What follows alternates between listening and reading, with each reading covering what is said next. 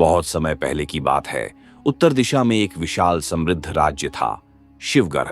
चारों ओर हरियाली, नदियां और खुशहाल जनता।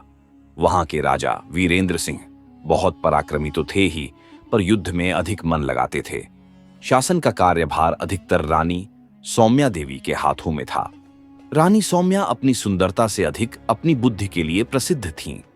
वे न केवल वेद पुराणों की झाता थीं, बल्कि कूटनीति, राजनीति, कृषि और प्रजा की आवश्यकताओं की गहरी समझ रखती थीं। उन्हें दरबार में कई बार ऐसे निर्णय लेते हुए देखा गया था जिनसे दुश्मन भी चकित रह जाते। राजा वीरेंद्र सिंह युद्ध जीतकर लौटे थे।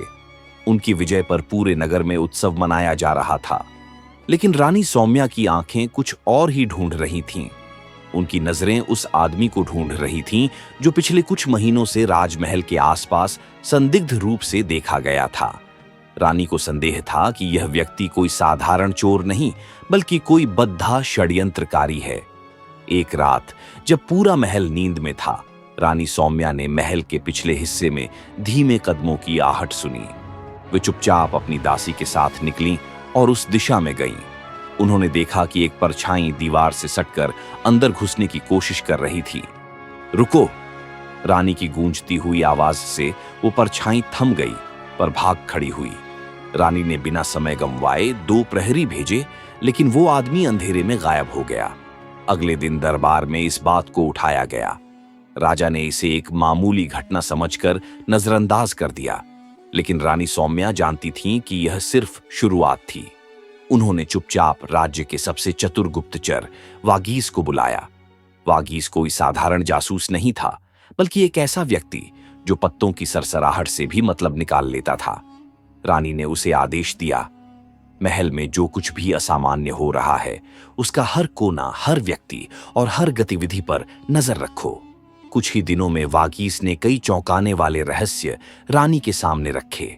राजमहल के खजाने से हर महीने कुछ न कुछ गायब हो रहा था, बिना किसी दरवाजे के खुले। सैनिकों के हथियारों की गुणवत्ता खराब होती जा रही थी, जैसे किसी ने चुपचाप अच्छे हथियार बदल दिए हों। और सबसे अजीब बात, राजा के सलाहकारों में से एक रुद्रसेन हर रात महल के पश्चिमी हिस्से में किसी अज्ञात व्यक्ति से मिलता था। रानी सौम्या को अब यकीन हो चला था कि कोई बहुत बड़ा षड्यंत्र रचा जा रहा है, राजा को हटाने या शायद पूरे राजवंश को खत्म करने का। पर वे घबराई नहीं। उन्होंने अपनी चालें छलनी शुरू कर दी।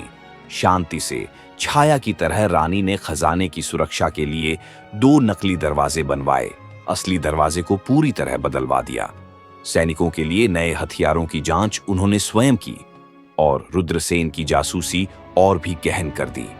इसी दौरान एक दिन एक साधारण किसान अपने साथ एक अजीब सी पोटली लेकर महल में आया। वह कह रहा था कि इसमें कोई रहस्य है जो सिर्फ रानी को ही दिखाना है। रानी ने उसे मिलने की अनुमति दी। किसान ने जो दिखाया वो देखकर रानी की आंखें कुछ पलों के लिए स्थिर हो गईं। पोटली में थी राजा वीरेंद्र सिंह की तलवार। ये तुम्हारे पास कैसे आई? रानी ने पूछा। किसान ने कहा, महारानी, 3 रात पहले जंगल में मुझे 2 लोग मिले जो यही कह रहे थे कि अगली पूर्णिमा को राजा नहीं रहेंगे। उनके पास ये तलवार थी जिसे वे गाड़ रहे थे। मुझे संदेह हुआ और मैं तलवार चुरा लाया। अब रानी को यकीन हो चला था, राजा की हत्या की साजिश रची जा चुकी थी। लेकिन ये योजना कौन बना रहा था और क्यों? कहानी अब एक नए मोड़ पर थी। भाग 1 समाप्त। क्या रानी अपनी सूझबूझ से षड्यंत्र को रोक पाएगी? कौन है वो व्यक्ति जो रुद्रसेन से मिलता है और राजा को निशाना क्यों बनाया गया? भाग 2 में मिलेगा इन सब सवालों का रहस्यमय उत्तर।